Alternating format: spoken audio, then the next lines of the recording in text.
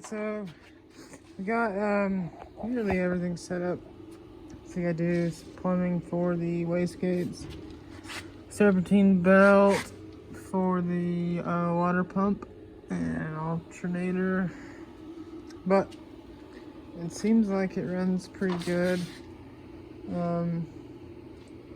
Still need to figure out if I need to add some extra radiator to this thing, but I have the oxygen sensor, well, one of them hooked up. So this harness right here for this side was long enough, but I'm gonna have to either make an extender for the other side or break it out of the harness. So that's all set up. As far as the engine and turbo setup, it's pretty much good to go so far.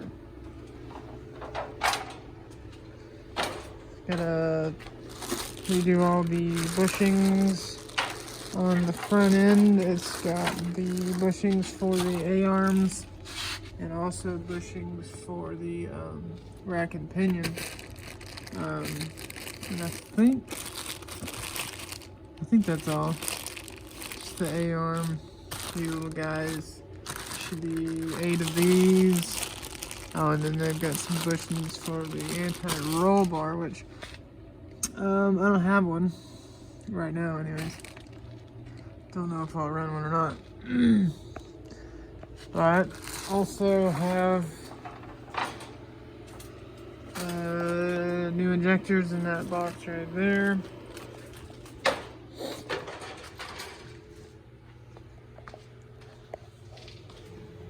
And let's see what else to do. Got the brake lines plumbed, just gonna hang them. Got hard line to a little rubber deal down there. May have to redo the pedal, but here's the plumbing for the brakes, turbo feed down there, and drain for the turbo goes to the front of the timing cover. So a pretty standard deal as far as how people generally mount those up. So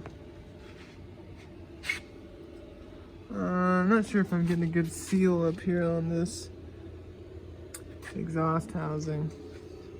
So I am running that oxygen sensor now, so that might actually affect it.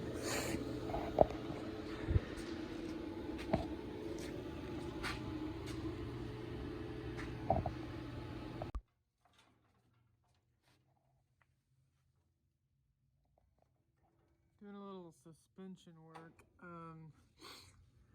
changing some bushings and doing a coilover swap. This technically is a coilover, but it's not adjustable. The spring rate is not what I need it to be, and neither is the damper. So swapping those out, the old ones, for the suspension that came off of the 240 whenever I changed to the strut front end.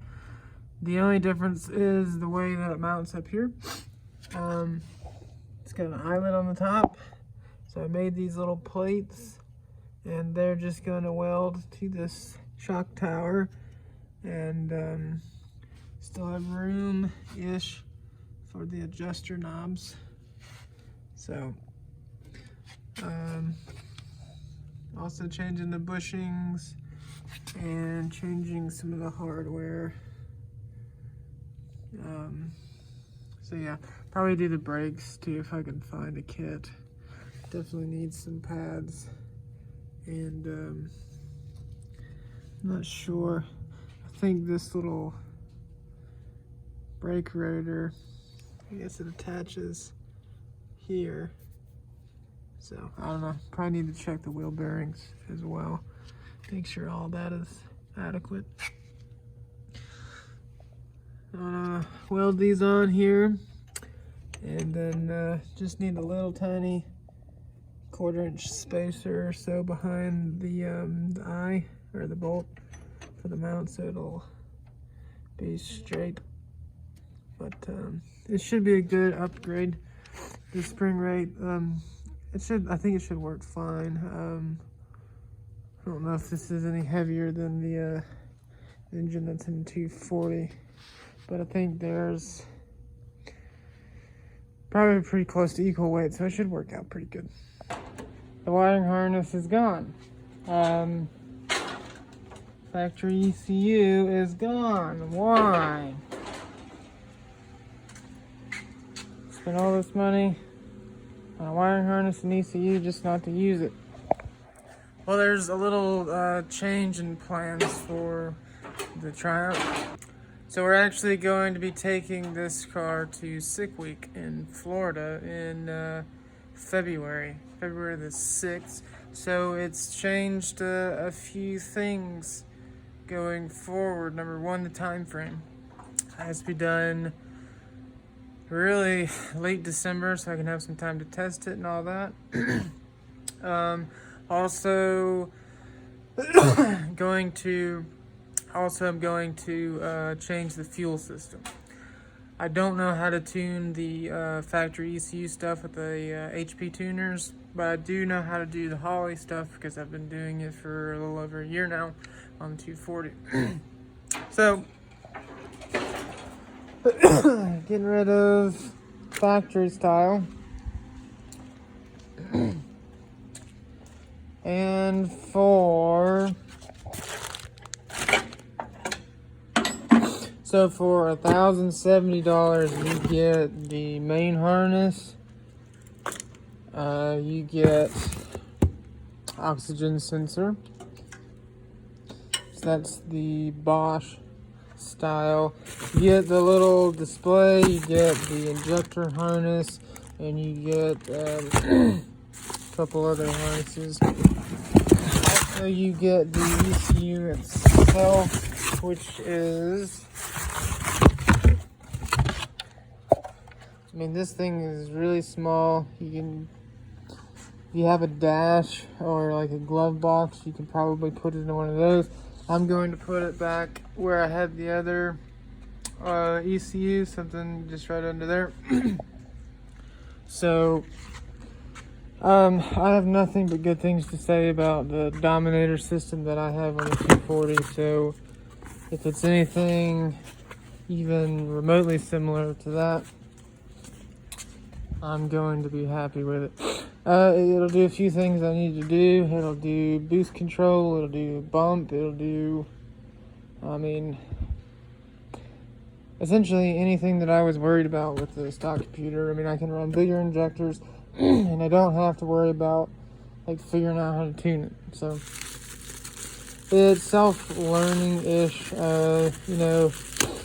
It's really close.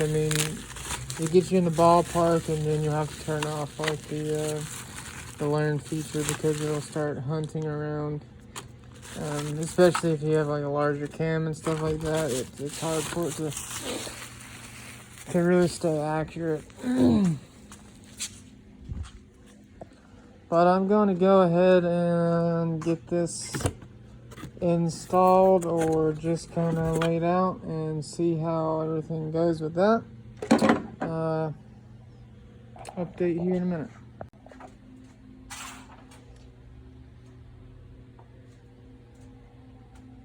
Alright, so I have the harness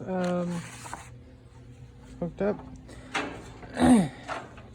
I need to get a manifold air temp sensor, fuel pressure sensor, an oil pressure sensor, which these two, the fuel and oil, those are just pressure transducers, same deal, and they're the same sensors. The other thing it didn't come with was a connector for the alternator, so I'm gonna have to look up how to trigger that for a key on deal. But power harness straight to the battery. Got my red 2 battery, 12 volt. My ground down here. Let's see. ECU is mounted up where the GM factory one was. It just made a little backer plate and fastened it to that. So everything is hooked up. Both harnesses, power harness, and I'm about to key on and then just turn the power on to the ECU. Be the first time the power has gone on, so okay, here we go.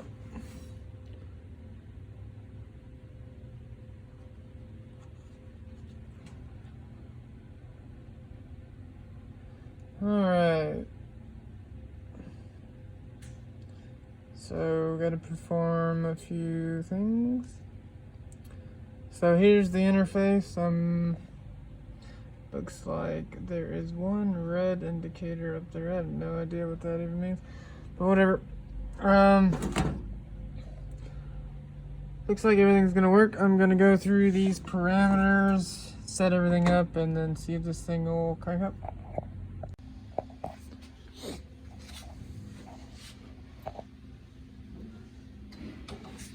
Alright, so I just went through the little setup wizard. Try and crank it for the first time and see what happens.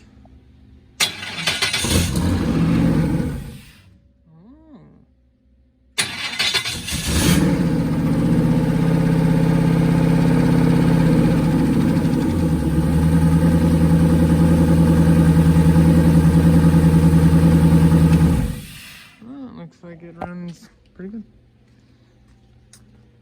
So literally just hooked all the wires up. Probably took a little over an hour to hook everything up. As far as just power, ground, and all the essential stuff, I don't have, you know, my other parameters like my bumper, boost control, or anything like that. Nothing like that set up, just the basics. But probably one of the easiest installs I've ever done. I've done the Dominator. That was all pretty much wire everything yourself. It wasn't just a plug and play kit. But this was, I mean, it was a breeze. So pretty sweet. Got all that taken care of at least. So back on to some other stuff. Got a panhard bar that I'm gonna go ahead and put in here. I've also got a steering wheel with buttons on the steering wheel that I'm gonna see about putting in here.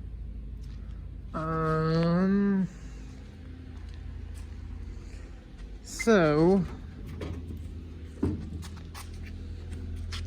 let's see here.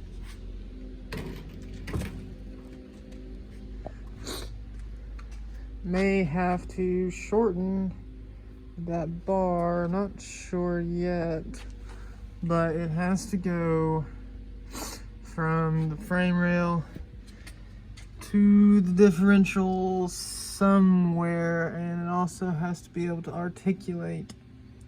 It can't contact, so it's probably gonna have to shorten that up a good little bit. Probably cut it right in the middle and then put a little sleeve over it. So go ahead and just throw this thing in here.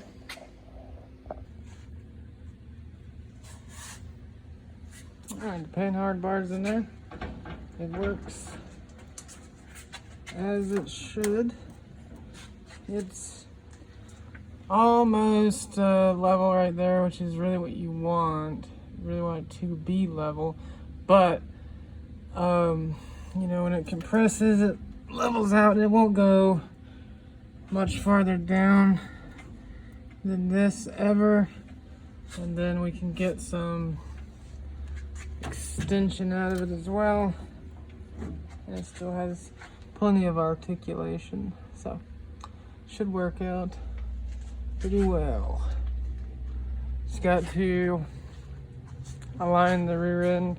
Pretty much what I did was just eyeballed it with, you know, it's got just a little bit of the tire showing right there, and then on the other side, you know, It's got a little bit showing as well, so it's close for now. I'll have to take some measurements off of the frame and stuff, but let's see. Next, I've got to make sure this flange yoke fits on the rear end, and then I can measure for a drive shaft and go ahead and have that made. And then, well, before that, I need to replace the flex plate because the 5.3 came with a 4L60, and it takes a different flex plate for the 4L80, so I have to swap that out. Also need to do a little bracing on the brake pedal, and I think I'll do that when I pull the transmission out, because I can slide up under there and weld behind that bracket right there and brace it up. So the other thing I bought, this is my second one, it's supposed to flash without any load, so you can use LEDs. It does not work. You still have to put a load up against it. So what I'm gonna have to do is I'm gonna have to wire in some regular bulbs to get some resistance, because these turn signals up here, they're LEDs. The ones in the back, these are LEDs, so it doesn't draw enough amperage to trigger the solenoid. So I have to wire in some little resistors, or a bulb, whatever. May just get some resistors because I don't want a random light flashing. I guess it wouldn't be random, but still. Just gotta figure out where I'm going to mount my different sensors. I don't know if I'll run a fuel pressure sensor or not. I may not.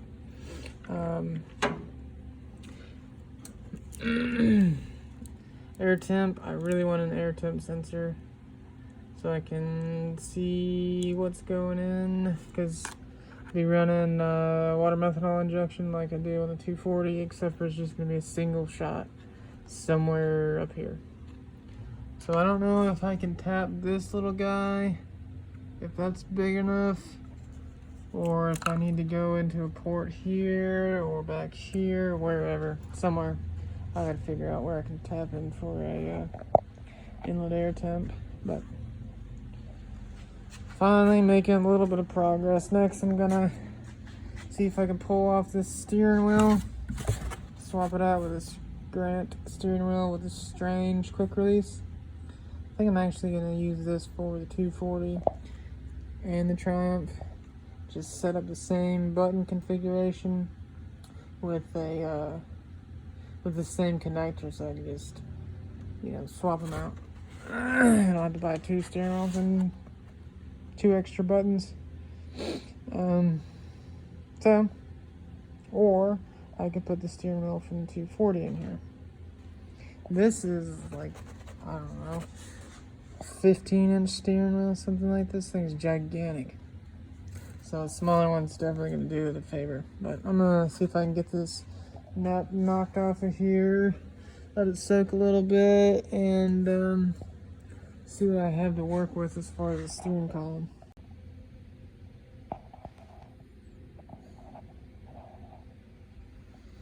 Got the steering wheel in here. Actually wasn't that bad to get the old one out. Sometimes those things can be a nightmare. But I've got a ton of clearance between the bars. Much more clearance right here in the leg area before. I mean, it was nearly brushing on my legs. And it's still gotta come up just a little bit, but sit somewhere like this. Be like a bump button right here, trans brake right here, maybe line lock over here or something like that.